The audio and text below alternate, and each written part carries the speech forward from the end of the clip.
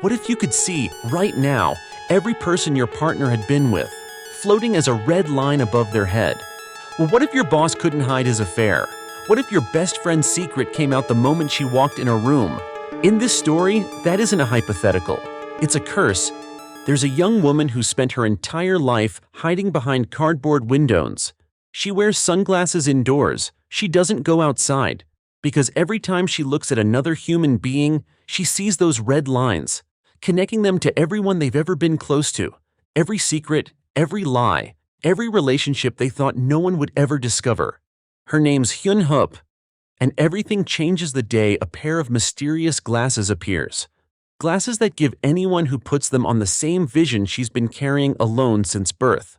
She knew what the lines meant. She'd known since childhood when her obsessive drawings of them tore her family apart in the most violent way imaginable.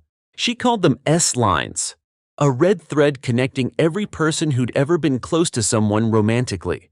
One line is rare. Most people walk around trailing dozens. Some carry so many the threads blur into a halo of red above their heads.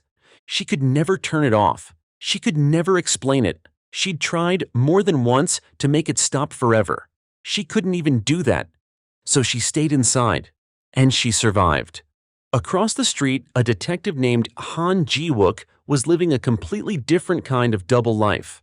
On the surface, a hardworking cop, guardian to his teenage niece Seon-A after her parents were gone, dependable and principled. Underneath, secretly involved with a colleague who was engaged to someone else, carrying on a hidden relationship while that colleague was weeks away from marrying another man. Han had a lot of red lines above his head. He just didn't know anyone could see them yet. Until a stranger appeared across the street with only one line above his head and started watching Hyun Hup's neighbor's apartment. One red line. She'd barely ever seen it. She watched him from behind the cardboard, curious, until she saw him move. He was going inside. She grabbed a knife and her sunglasses. She forced herself into the hallway, then onto the street, and the flood of lines from every passing stranger hit her like a physical blow. She passed out on the pavement. By the time she got back up and into the apartment, he was already there. He got the knife from her in seconds and attacked her with it. Han, across the street, spotted the open apartment door. He went in. He saw the wall she'd covered in years of red line drawings, a map of every secret she'd ever witnessed. Then he looked out the window and shot the man before he could finish what he'd started. The man, Jung-min, went down. As he lost consciousness, he said something strange. He said the lines were disappearing. Hyun Hup looked at his glasses. She knew what they did. Someone else already knew too. That night, she got a text from an unknown number. "I can see what you see." The glasses didn't stay with Jung-min for long. They ended up in a school locker, found by a teenage girl named Seon-A, Detective Han's niece, who'd been getting tormented by bullies for months. She put them on and saw a line above her own head. She walked outside and the whole world transformed. Lines everywhere, above students, above teachers, above strangers on the street. A map of everyone's hidden lives floating in plain sight. She wore them to school the next day, cataloging connections, which students were linked to which teachers, who was hiding what, who was lying about being innocent. And then something stopped her cold. Her homeroom teacher, Kyu Jin, had no lines at all. Zero. A blank space above her head in a school full of red thread. Seon-A filed it away and moved on. Because she'd already found something more immediately useful, a teacher entering a hotel with one of her bullies. She photographed it. She sent the bully a warning. When the bully laughed it off, Seon-A sent the same photo to the teacher with a note demanding 20 million won. She was 17 years old, way out of her depth, trying to use what she'd seen as leverage in a school hallway. Around the same time, Hyun Hup enrolled at the school as a transfer student. She'd been pulled toward it, toward the glasses, toward whoever had sent that text, toward answers she'd spent her whole life without. She could still see S-lines naturally without any glasses, which meant when she walked into that school building, she saw everything Seon-A was seeing, and more. She spotted Seon-A using the glasses and warned her. She told her what had happened to the previous owner. Seon-A didn't listen. The bully found out about the glasses. She stole them. And Seon-A, thinking it was Hyun Hup who'd taken them, went to confront the teacher alone, without the glasses, without leverage, without any protection at all.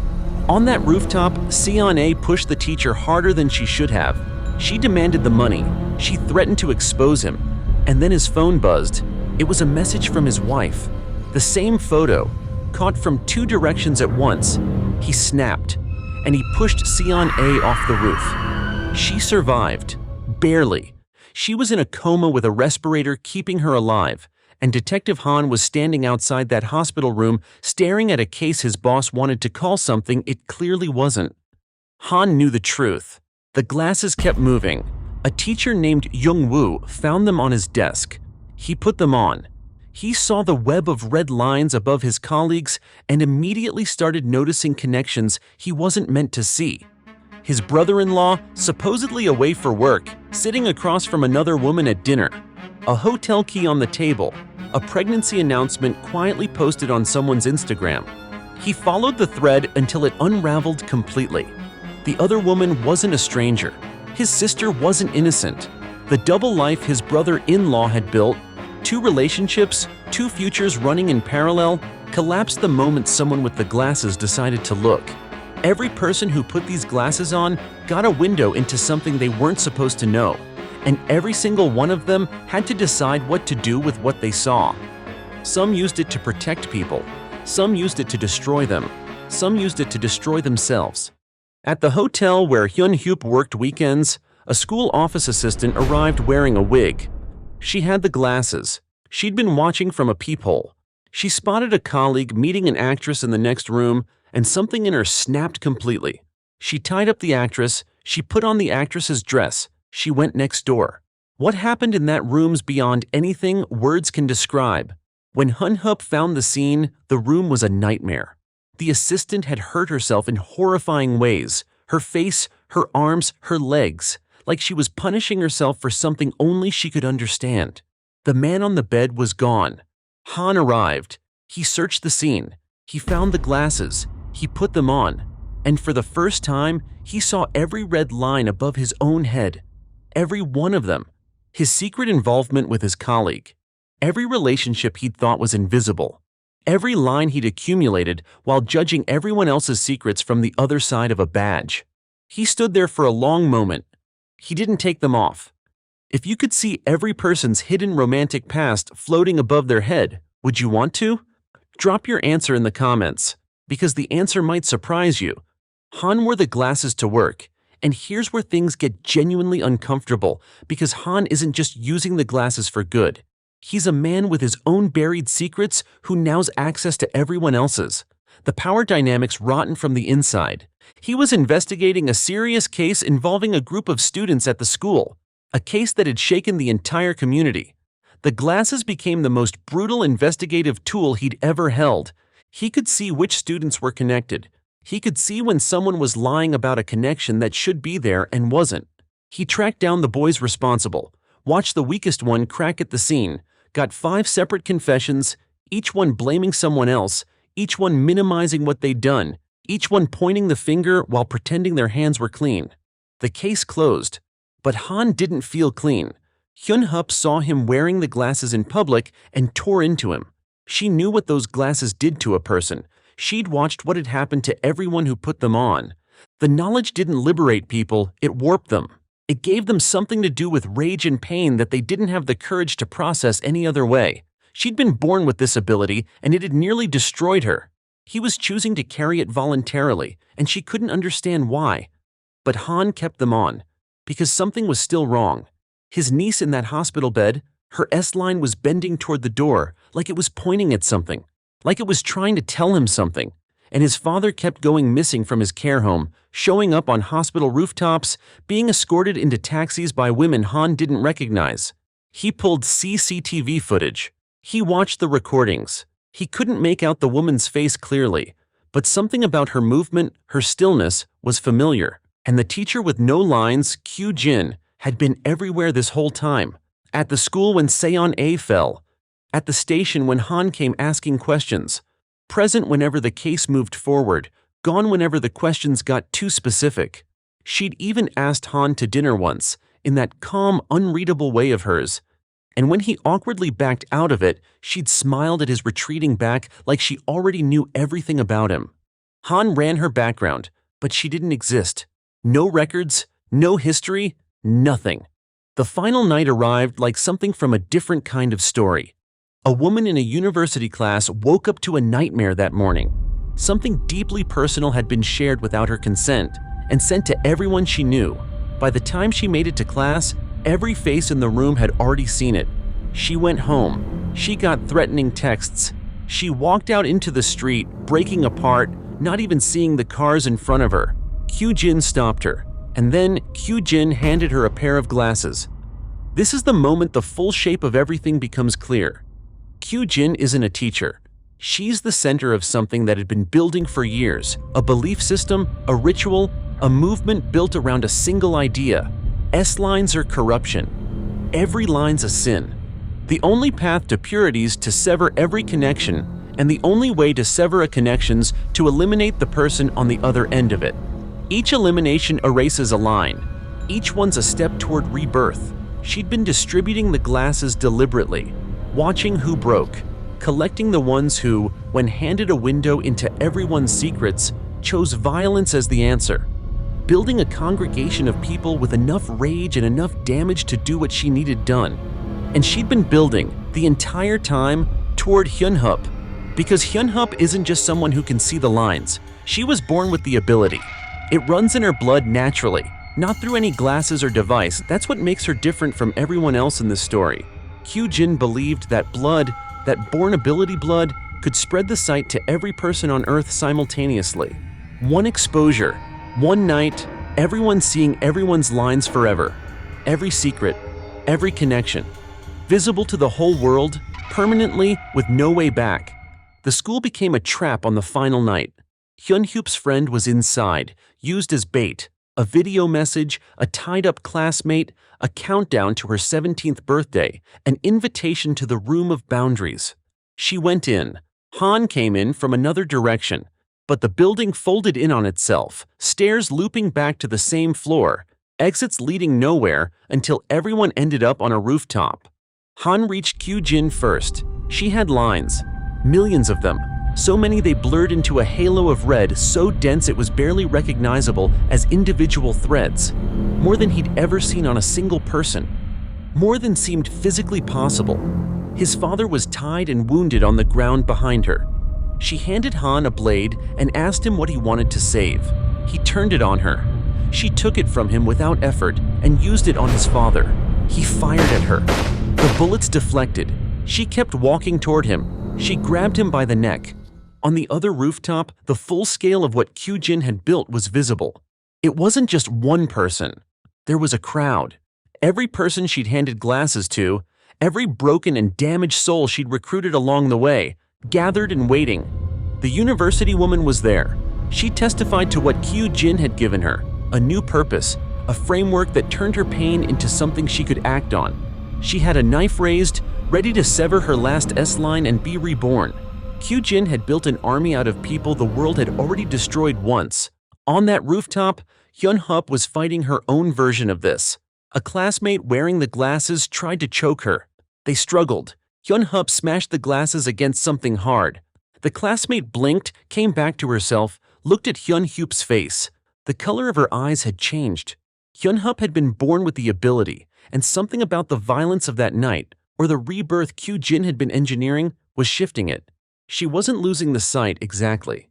She was becoming something different, something that had been building since the beginning. She found herself suddenly in the crowd surrounding Kyu-jin, a sword raised. And then her mother stepped in front of the blade. Her mother, the woman she thought had been destroyed by this ability. The woman who'd torn Hyunhup's family apart all those years ago. The wound Hyunhup had been living inside of since childhood, the guilt she'd been carrying as if it were her fault for being born the way she was. Falling to the ground, her mother told the truth. She'd had the glasses too. She'd seen what she saw and it broke something in her. But what had happened to Hyunhup's father was never, not for a single moment, her daughter's fault. Hyunhup had been carrying that for her whole life. For nothing. She got up. She ran straight at Kyu-jin. Straight into the sword. Her blood hit the air and didn't fall. It floated. It spread outward in droplets, dispersing like something released rather than spilled. She rose from the ground, lines bursting out of her in every direction, pulling toward a single point of red light suspended in the air above them. The moment breathes, something ancient and impossible and against all odds earned. She struck Kyujin. Kyujin smiled. It's too late. We've already done what we came to do. The glasses shattered. All of them. Every pair simultaneously. Hans fell from the rooftop, and then the sky turned red. Every person on every street looked up, and above every head the lines were visible. Not because of glasses, not because of any device. Just suddenly, completely, irreversibly, because Kyujin had spent years engineering this moment, and Hyunhup's blood had completed it exactly as planned. The rebirth was done. No more secrets, no more privacy. Every relationship anyone had ever had floating above their head for every stranger, coworker, family member, first date, or job interview to read. The morning after, everyone wore glasses. Not to see the lines, to hide from them, because hiding was the only option left. You can't unsee something once you've seen it, and now the whole world was Hyunhup. Every person on Earth flooded with information they never asked for and couldn't turn off. Seon-A woke from her coma. Her line, the one that connected her to something that was never her choice, never her fault, was gone. Han went back to being himself. Quieter, maybe. Hyunhup's alone again. She visits Junseon's grave. He was the one person who believed her without question, sat with her at a pool, jumped in clothed, ate ramyeon to warm up, listened to her explain S-lines, and didn't flinch. The one person she'd let in. He was lost on the night of her birthday, taken in what looked like an accident, almost certainly Kyujin clearing the board, removing anyone who might anchor Hyunhup to something worth surviving for. She leaves flowers. She turns to go. She hears her name. It's Kyujin. Still free. Still smiling. And Hyunhup, who can finally see the way everyone else used to, standing in a world that now sees exactly what she always did. Think about what Hyunhup carries now. She spent her entire childhood being told she was broken. She spent her teenage years convinced she'd destroyed her own family. She spent every adult day hiding from a flood of information she never asked to see. And then on one rooftop, in one impossible moment, she became something she didn't ask to become. She gave the world the very thing that destroyed her life. Now she walks streets here, everyone shared her burden. And somehow she's still alone. Maybe that's the cruelest part of this story. Not the cult, not the violence, not even the rebirth. The cruelest part is that the one person who'd carried this curse her whole life ended up making sure no one else ever escapes it either. Privacy didn't disappear all at once. It vanished line by line. One glasses-wearing stranger at a time. One exposed secret, one ruined marriage, one shattered family. A slow accumulation of damage until finishing it off took nothing more than one woman's blood and one night.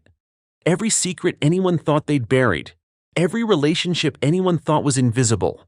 It's all there now, above every head, in every room, in every silence between people who suddenly know too much about each other and have no choice but to keep living alongside them anyway. So I'm asking you, if you woke up tomorrow and could see every line above every person you know, your boss, your friends, your partner, would you want to? Or would you rather not know? Leave your answer in the comments. I want to know where you land on this one. Subscribe for more. I'll see you in the next one.